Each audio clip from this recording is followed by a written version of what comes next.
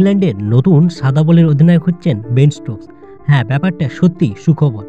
Champions ট্রফিতে ব্যর্থতার দায় দিয়ে ইংল্যান্ডের সাদা বলের নেতৃত্ব ছাড়েন জস বাটলার। এরপর থেকেই নতুন অধিনায়ক কে হবেন তা নিয়ে জল্পনা চলছিল। চ্যাম্পিয়ন্স ট্রফিতে একটি ম্যাচও জয় না পাওয়ায় দল নিয়ে নানা আলোচনা তৈরি হয়। তখনই সামনে আসে বেন স্টোকসের নাম। অবশেষে সব জল্পনার অবসান ঘটিয়ে সাদা বলের নতুন অধিনায়ক হচ্ছেন স্টোকস। ইংল্যান্ডের ক্রিকেট পরিচালক রব জানিয়েছেন, অধিনায়ক হিসাবে স্টোকসের নামও তাদের বিবেচনায় ছিল। তিনি বলেন, প্রতিটি বিকল্প নিয়েই ভাবতে হবে, যা দলের জন্য সবচেয়ে ভালো হবে। স্টোকস সেরা অধিনায়কের একজন, তাই তাকে উপেক্ষা করা বোকামি মতো।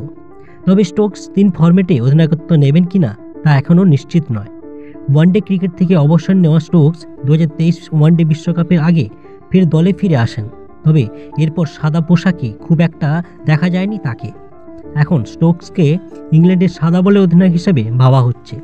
যদিও এ নিয়ে স্টোকস নিজে এখনও কিছু বলেনি, তবে বোর্ডের অগ্রাধিকার তিনি। উল্লেখ্য, স্টোকস সর্বশেষ ওয়ানডে খেলেছেন 2023 বিশ্বকাপে।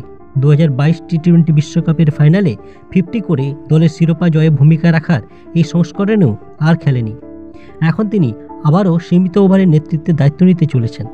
এরকম ক্রিকেটের নিত্য নতুন খবর পেতে আমাদের চ্যানেলটিকে লাইক, শেয়ার ও সাবস্ক্রাইব করে আমাদের পাশে থাকুন।